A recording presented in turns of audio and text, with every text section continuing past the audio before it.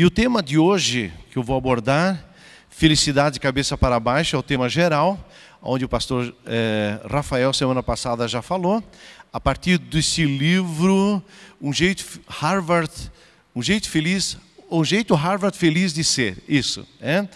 O autor desse livro, ele estuda em Harvard, certamente uma das faculdades mais renomadas, se não é, talvez a mais conhecida e uma das mais cobiçadas do mundo. Ele passa 12 anos lá naquela universidade e ele percebe que rapidinho, em meio ano, aqueles que estão lá começam a murmurar, são pessoas infelizes, acham defeito, falam mal dos professores, dos colegas e das disciplinas, enfim. Aí eu lembrei de uma expressão que meu irmão, eu tenho um irmão que já mora praticamente 40 anos na Alemanha, e meu irmão esteve aí agora faz 2, 3 meses, e ele disse assim: nossa, como os alemães são reclamões. Eu pensei, cara, como assim? Eles reclamam do governo, reclamam disso, reclamam daquilo. E certamente é o país que nós cobiçamos de alguma maneira, em termos de organização, de disciplina, de beleza, de capricho, mas é muito... Nós moramos um ano lá, mas já faz muitos anos, mas de alguma maneira é uma experiência incrível morar lá. Aí penso, como é que eles reclamam? Isso fecha com aquilo que esse Shawn fala, o ser humano, ele é patético, ele reclama de tudo. E aí o pastor Rafael deu uma nos dedos da gente, né? Vocês lembram semana passada que esteve aqui?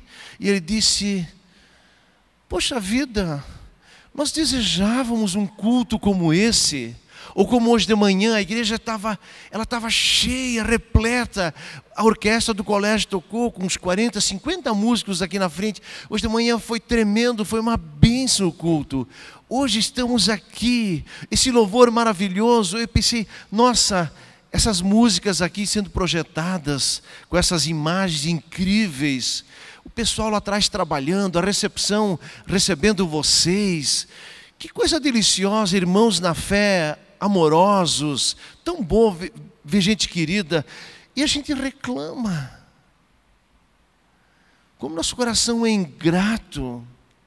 E se nós olharmos lá para Êxodo, e Paulo ele puxa isso em 1 Coríntios 10, que aquele povo não entrou na terra prometida, aquela geração que saiu do Egito não entrou. Aquela geração não entrou na terra prometida, entre outros, pela murmuração deles. Pessoas felizes são aquelas que não esperam o momento da felicidade. Pessoas felizes são pessoas agradecidas, que avançam para momentos felizes. Está aqui dentro primeiro. Hoje nós vamos falar felicidade na dificuldade. Claro, eu lendo esse livro, o capítulo dele, do Shawn, é isso? Ashore? Pronto, já esqueci de novo. Não vamos repetir o nome, só vou falar do Shawn, tá? É isso aí. Ele diz que quando ele estava lá em Harvard, ele precisava, aliás, ele muitas vezes precisava de dinheiro e ele se candidatava como cobaia para experimentos. Então, de repente, tinha um experimento da ala da psicologia que disseram, nós precisamos fazer um experimento ajudando idosos. Era o nome.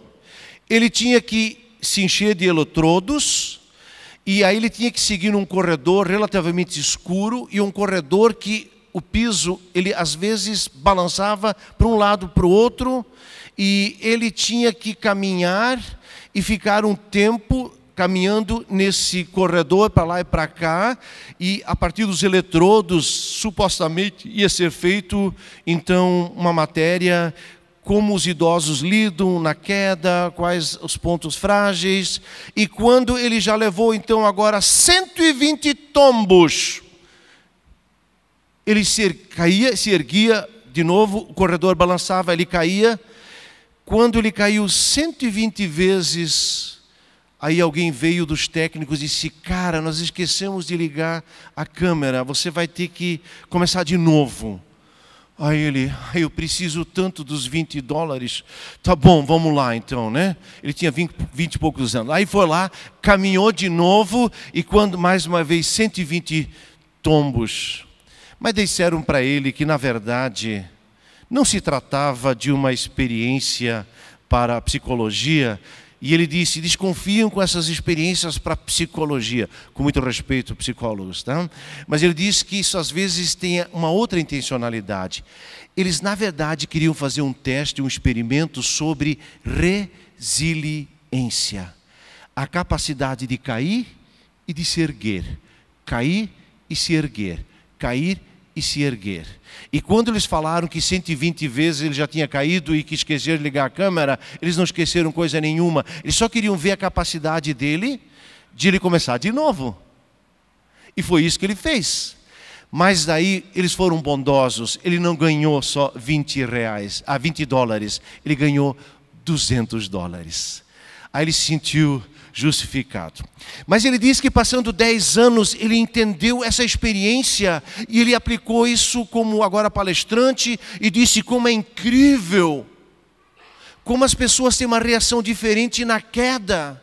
Quando as pessoas caem, ou as pessoas ficam no chão, outras se erguem, outras desistem e outras simplesmente levantam, vão para frente, sacode a poeira, avançamos.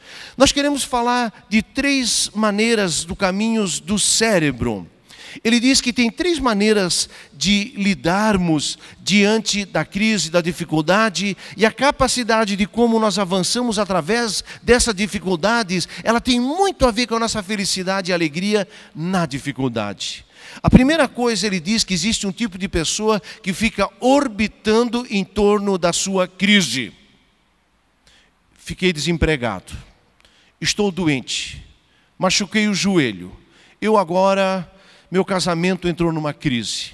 A pessoa, ela não avança, ela fica orbitando, porque é minha esposa, porque eu, porque isso, aquilo, e ficam orbitando. Outro fica orbitando em torno do seu estômago, porque tem um problema de estômago, eu sempre tive, meu pai também tive, e tudo que eu como me faz mal, como é que você vai? Ah, meu estômago e etc e tal. Essas pessoas parece que não avançam, elas ficam sempre em torno da mesma coisa. Conhece pessoas assim? Ah, você olhou para alguém agora, né? Esquece. Eu vi você olhando. Tem aquelas pessoas que afundam ainda mais, pois vamos na direção das consequências dos problemas. Agora, estou doente, não posso mais, meu joelho está machucado, não posso mais jogar futebol. Ai, que ruim, eu sempre gostei de jogar futebol, agora não posso mais jogar futebol. Agora eu vou ter problemas com o meu time de futebol, eu estou avançando no problema. Mas pode ser diferente ainda no casamento. Agora eu vou separar então, e minha crise conjugal, e vou ter que vender os imóveis, e aí você já ampliou o seu problema de crise conjugal para uma separação, e já vê os problemas, e a empresa, e etc e tal, e você avança. Tem aquela pessoa que de repente tem problema de álcool, de droga, ela fatalmente já amplia e potencializa a sua dificuldade. Mas tem aquele terceiro grupo que a gente chama de terceiro caminho, caminho que nos leva do fracasso a um ponto ao qual chegamos mais fortes, mais capazes do que antes da crise. É interessante. Tem uma frase que eu coloquei aqui, meio pequenininha, que diz assim: não somos aprisionados pelas nossas derrotas, mas pelas escolhas que fazemos a partir delas. Porém, a escolha certa, o terceiro caminho pode ser justamente aquela que me levará a um lugar ainda mais elevado. Repito, pessoal, o tombo, a crise, o revés, aquilo que de repente me jogou no chão, não é o pior problema. Porque todo mundo passa por isso o tempo todo. Mas a escolha que eu tomo a partir do meu tombo, essa escolha, ela é determinante para eu me afundar ainda mais, ficar orbitando em torno de mim mesmo, ou dizer: vem cá, foi muito ruim, machucou, eu vou me erguer e eu vou numa direção nova. Deu para entender? Interessante que anos passados, quando se falava de trauma de guerra, parecia que só havia duas opções. Uma opção era você voltar da guerra, ter um cara mais ou menos normal e levar uma vida normal.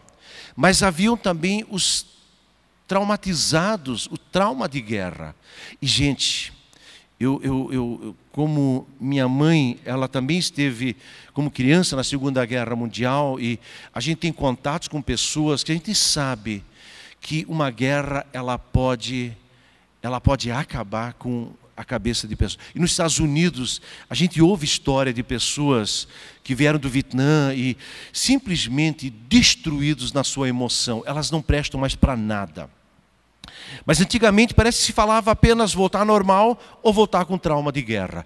Hoje se fala, não, esse trauma de guerra, dependendo como você lida com ele, a partir da terapia, a partir de uma experiência de fé, a partir de um acompanhamento, você pode transformar-se num palestrante, você pode ser vulnerável, falar o quanto foi ruim, mas você transforma essa história ruim de repente num livro, e você pode dizer, eu posso te ajudar, eu sei exatamente o que você está passando.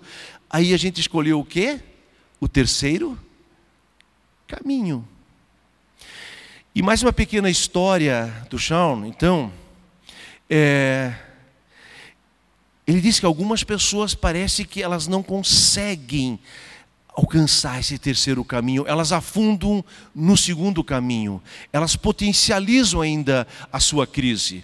E aí ele fala de uma experiência de um tal de Martin Seligman. Eu acho que foi uma pessoa que desenvolveu a psicologia positivista, é isso? Eu acho que... e esse cara, nos anos 60, ele fez uma experiência que era para ser uma coisa, mas no fim ela colaborou para o seu propósito. Ele fez uma experiência com cães. Primeiramente tinha um cão que simplesmente estava numa coleira, aqui numa caixa, num recipiente, e quando ele ouviu o sininho, e de repente um leve choque, ele sem maiores problemas podia abandonar essa caixa, agora, porque ele estava, claro, com uma coleira, mas não estava acorrentado, ele simplesmente podia sair da caixa e se libertar. Sininho, blim, blim, blim, blim, choque, e podia ir embora. O segundo experimento tinha um cachorro agora, que tinha coleira, blim, blim, blim, sininho, choque, mas curiosamente no momento que ele batia numa alavanca, o choque terminava. Ele descobriu rapidinho, sininho, choque, alavanca, resolvido. Estava livre. Mas o terceiro cão agora no recipiente, sininho, choque, preso. Sininho, choque, preso. Não podia escapar. Sininho, choque, preso. Pronto. Primeira parte da experiência. Os três cães agora foram levados para uma segunda experiência. Havia um recipiente bem maior. Na primeira metade do recipiente, mesmas condições da primeira experiência. Só que havia um murinho, talvez dessa altura, facilmente os três cães, choque, choque, choque, eles podiam saltar o muro. E do outro lado não teria mais choque. É impressionante que o primeiro cão, que estava só na coleira, que estava livre, imediatamente, sininho, choque, saltou já para o outro lado, estava livre. O segundo, que tinha sininho, alavanca, ele também, assim que recebeu o choque, sininho, choque, salta, está livre. E o terceiro, que tinha sininho, choque,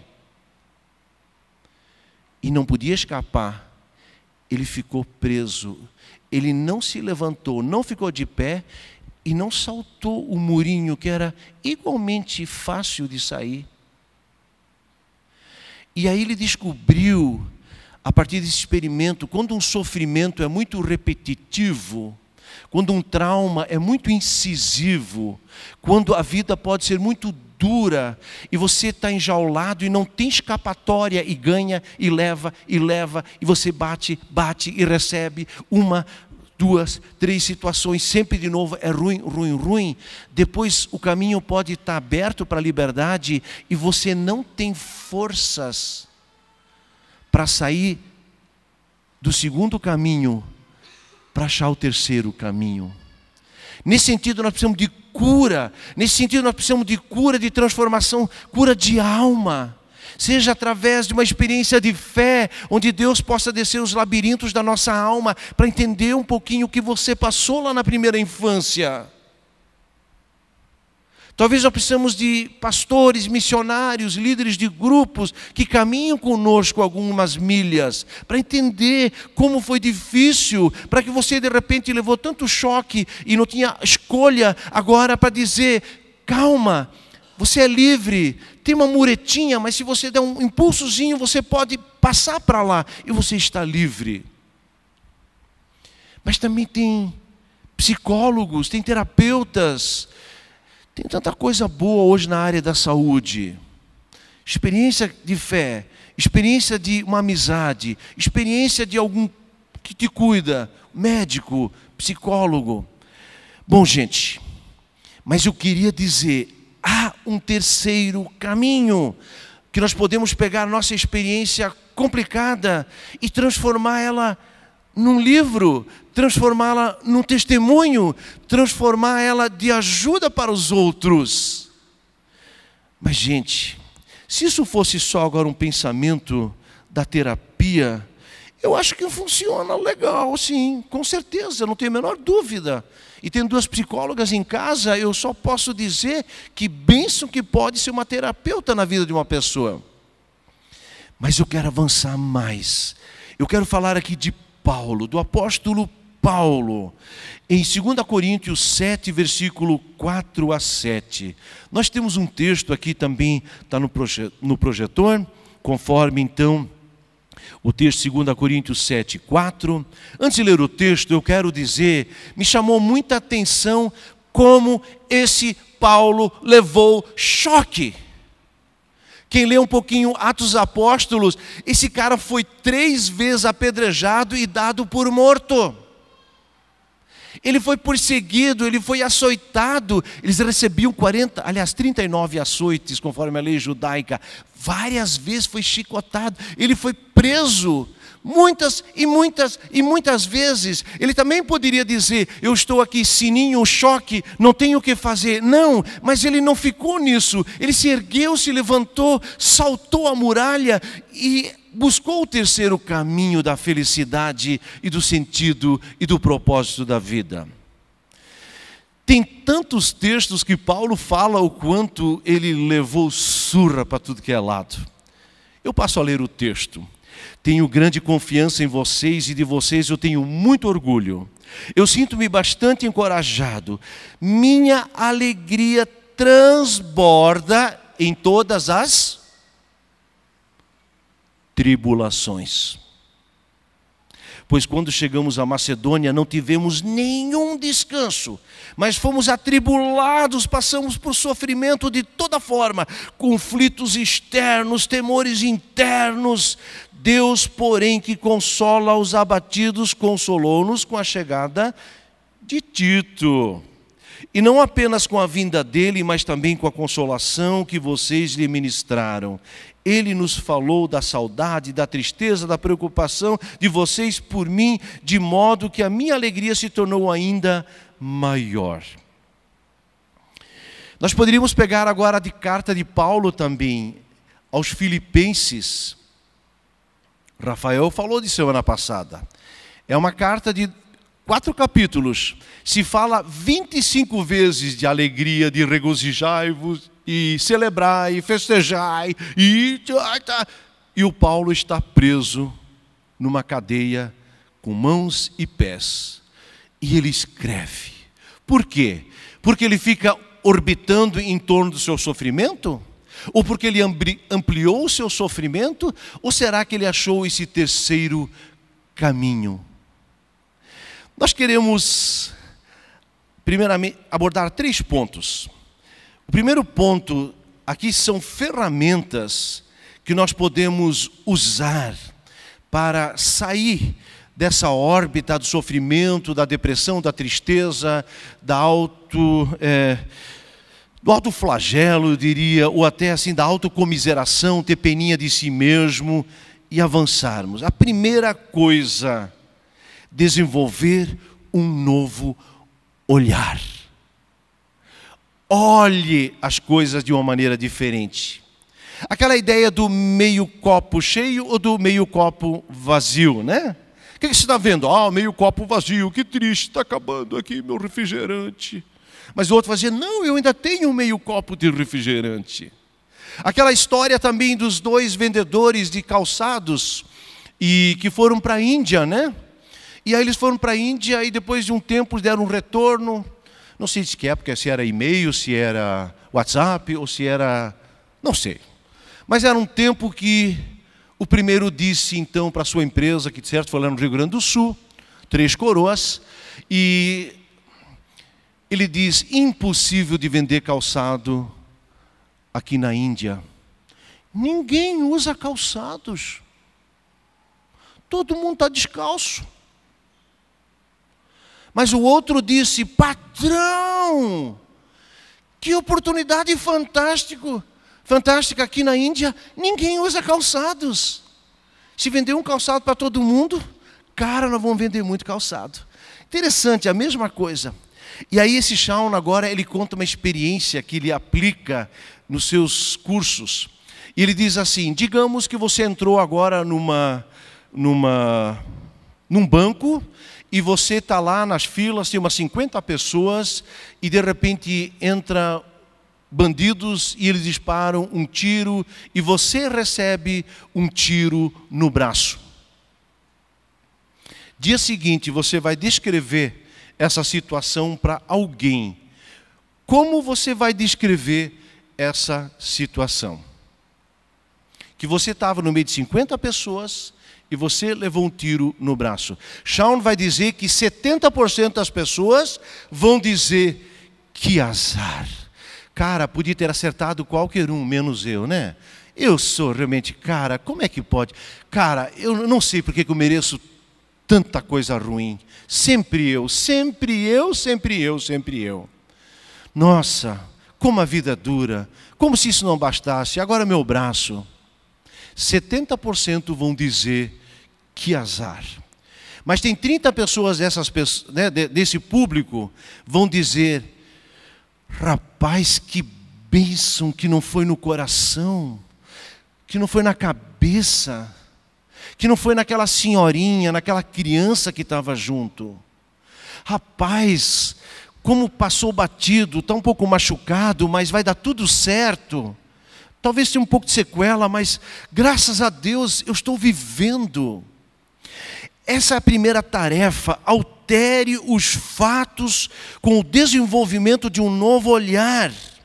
Paulo vai dizer aqui em Filipenses 3, não que eu tenha obtido tudo que eu tenho sido aperfeiçoado, mas eu prossigo para alcançá-lo, pois isso também foi alcançado por Cristo Jesus. Irmãos, eu não penso que mesmo que já o tenha alcançado, mas uma coisa eu faço, eu esqueço o que ficou para trás, eu avanço para as coisas que estão diante de mim, eu tenho um novo olhar, prossigo para o alvo, eu tenho um objetivo, eu olho para a fim de ganhar o prêmio do chamado celestial de Deus em Cristo Jesus. Deu para entender que Paulo, ele muda o olhar? Se nós voltarmos para o texto aqui de 2 Coríntios 7, 4 a 7, quando ele fala, no meio da tribulação, eu transbordo de alegria, cara. Ou o cara é cego, ou ele é, sei lá, o cara é muito inocente, é masoquista, gosta de sofrer? Ou será que é um potencial que ele tem e dizer, foi ruim, mas agora eu estou bem? E ele consegue enxergar no meio desse cansaço todo. Eu vejo que o Tito chegou. O Tito era um amigo dele, Paulo tinha uns 20 colaboradores e Tito era um companheiro, era um amigo. Ele está feliz que ele tem um amigo. Você tem celebrado ainda o seu amigo, a sua amiga? Eu queria que hoje à noite, essa semana, você ligasse para tua amiga, teu amigo, e dissesse: cara, eu quero olhar para ti como aquilo que você faz a diferença na minha tribulação. Você faz a diferença quando as coisas estão ruins, eu tenho você. Paulo diz: a comunidade nos consolou e ministrou o nosso coração, a igreja. Tem pessoas que ligam, que se preocupam com o tô doente. Tem o meu PG que ora por mim. Tem o grupo de Oase que se ocupa comigo. Eu tenho uma igreja. Hoje de manhã uma pessoa testemunhou que ela estava, na verdade, foi para um velório, e aí ela encontrou, simultaneamente, no cemitério aqui da Lense, viu um outro velório e percebeu que era alguém que sempre frequentava os cultos da manhã. E ela disse: eu fui lá, cumprimentei a viúva, nem sabia o nome dela, mas ela lembrou de mim, dos cultos.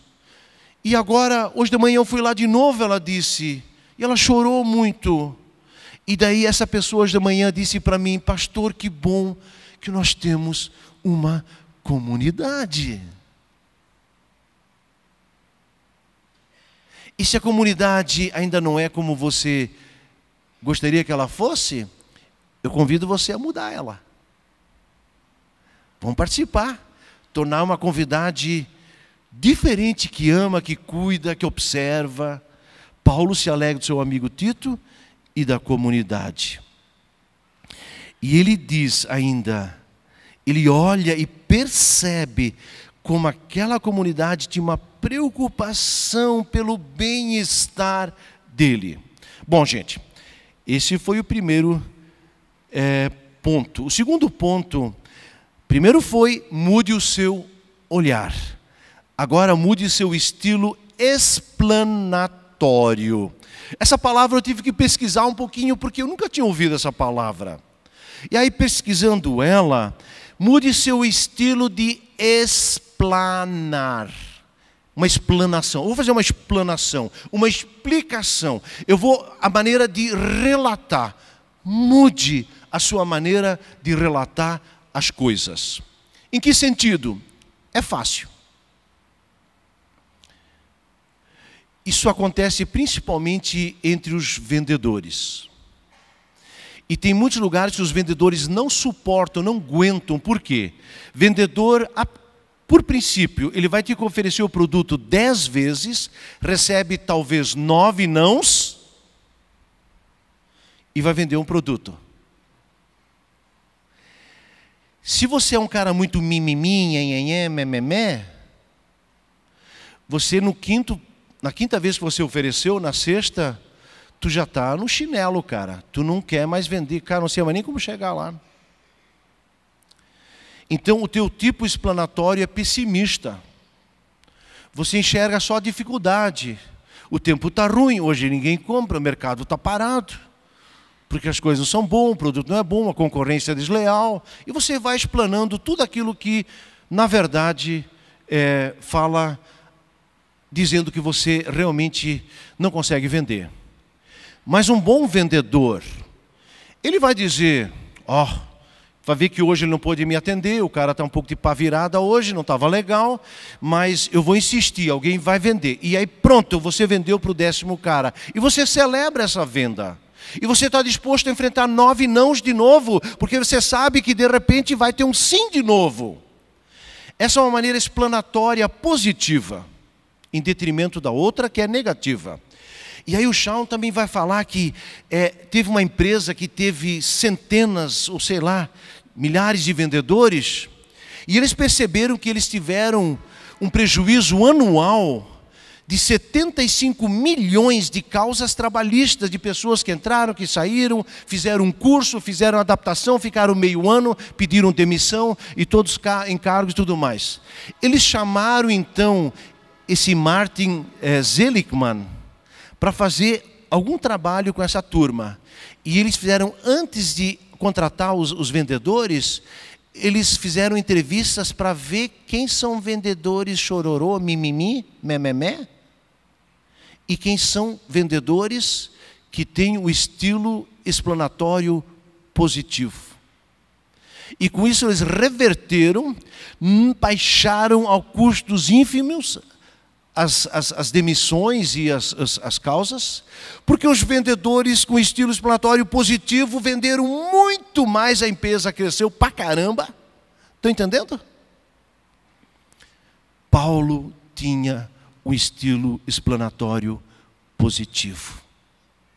Como é que você é? Como é que você relata as coisas? Como é que você explana? Se você quer ser feliz na dificuldade, nós precisamos também buscar essa maneira mais positiva de relatar as coisas. Como pode que tem gente tão crítica, tão negativa, não consegue relatar uma coisa sem já botar 3, 4 adendos negativos? Essas pessoas acabam ficando sozinhas, elas se tornam chatas, não tem um papo legal, elas se tornam deprimentas, realmente pessoas deprimidas que contagiam outras, e você já não quer mais tanto a companhia dessas pessoas. Paulo tinha o estilo explanatório positivo, e ele vai dizer: apesar das dificuldades, Tito veio. Apesar das dificuldades, a comunidade me recebeu. Apesar das dificuldades, das tribulações, dos conflitos internos e externos, essa comunidade, ela me amou, me cuidou. Que coisa deliciosa poder dizer isso também para as pessoas, apesar das dificuldades. Mas agora eu quero ainda para o último ponto. A força do Espírito Santo nos dá condições de usar o terceiro caminho. Que privilégio! Nessa jornada nós não precisamos ficar apenas no aspecto emocional, psíquico, que eu já acho super legal. Mas nós somos ainda, Paulo vai dizer, mais do que vencedores apesar da tribulação. Apesar que somos entregues diariamente aí como quase um animal para o sacrifício, diz Paulo em Romanos 8. Mas nada pode nos separar do amor de Deus, nem tribulação, nem morte, nem vida, porque realmente nós somos amados por Deus. E ele diz que a partir dessa força do Espírito nele, nós podemos ter uma dimensão positiva da vida. Em Filipenses 2, novamente Filipenses, essa carta aí que fala da alegria. No capítulo 2, versículos 5 a 11, diz assim: tende o mesmo sentimento que houve em Cristo Jesus. Outra tradução vai dizer: tenham o mesmo pensamento, tenham o mesmo terceiro caminho, essa capacidade de puxar a dificuldade da cruz para a ressurreição, da ressurreição para a glória, do Espírito Santo para a força, para a ação, para a transformação. Tende em vós o mesmo pensamento que houve em Cristo Jesus, que embora sendo Deus, Jesus não considerou o que ser igual a Deus era algo que devia apegar-se, mas esvaziou-se a si mesmo, vindo a ser servo, tornando-se semelhante aos homens, e sendo encontrado em forma humana, humilhou-se a si mesmo e foi obediente até a morte, e morte na cruz. A crise veio sobre o nosso Senhor, a morte veio sobre ele, mas ele não ficou orbitando nessa morte e nesse luto, ele não ficou orbitando na sua fraqueza e na sua humilhação. Por isso Deus exaltou a mais alta posição, lhe deu o nome que está acima de todo nome, porque ao nome de Jesus se dobre todo joelho no céu, na terra e debaixo da terra. Tende o mesmo sentimento que houve em Cristo Jesus. João 16:33. Jesus fala de nos dar a paz. E ele vai dizer: no mundo passais por aflições, tende crise, mas não fique orbitando no seu problema, nem se afunde mais. Terceiro caminho: no mundo passais por aflições, mas tende bom ânimo, eu venci o mundo. E se Jesus venceu o mundo, ele está dizendo: eu venci o mundo. Se eu venci, eu posso te tornar um vencedor também. Nós vamos na sombra da vitória dele. Nós vamos no mesmo fluxo, na mesma direção. Atos 1:8. E recebereis poder ao descer sobre vós o meu espírito e sereis minhas testemunhas. Recebereis poder. A palavra dinamis, dinâmico, um dínamo, algo forte, um vendedor dinâmico, uma pessoa dinâmica. A dinâmica é força. Dínamo é aquilo que processa e gera energia. O Espírito Santo nos dinamiza, nos dá força para testemunharmos dessa vitória, desse terceiro caminho. E finalmente, Gálatas 5:16, primeiramente diz assim: andai no Espírito e jamais satisfaçam a carne. Andar nesse terceiro caminho, nessa vitória, nessa busca, nessa possibilidade, nesse destino, nesse propósito, nessa vontade de Deus, nesse projeto de Deus de vida boa.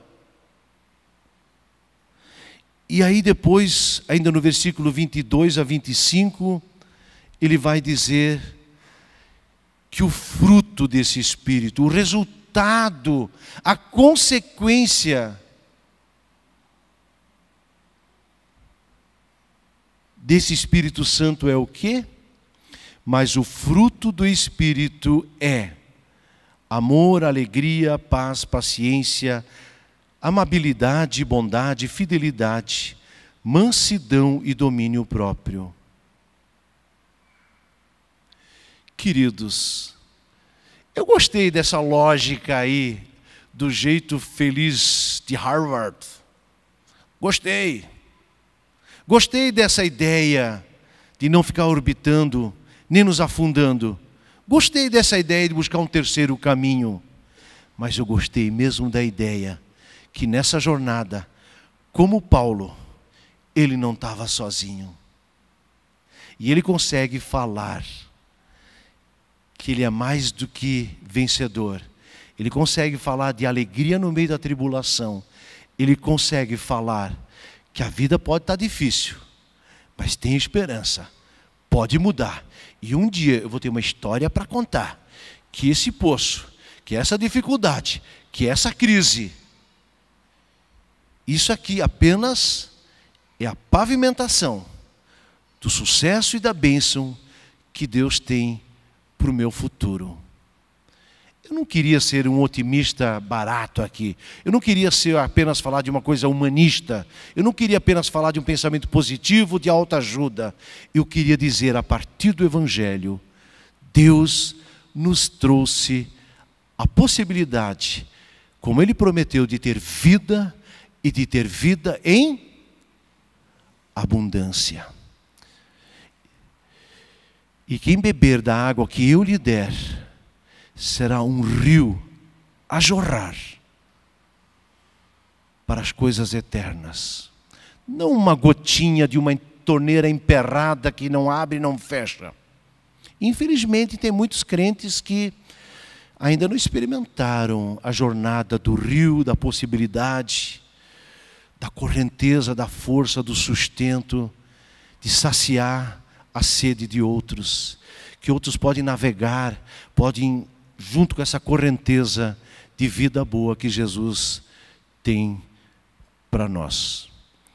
Deus abençoe, que essa palavra nos encoraje a ser feliz, apesar, mas também no meio da dificuldade e da dureza da vida. Deus abençoe. Amém.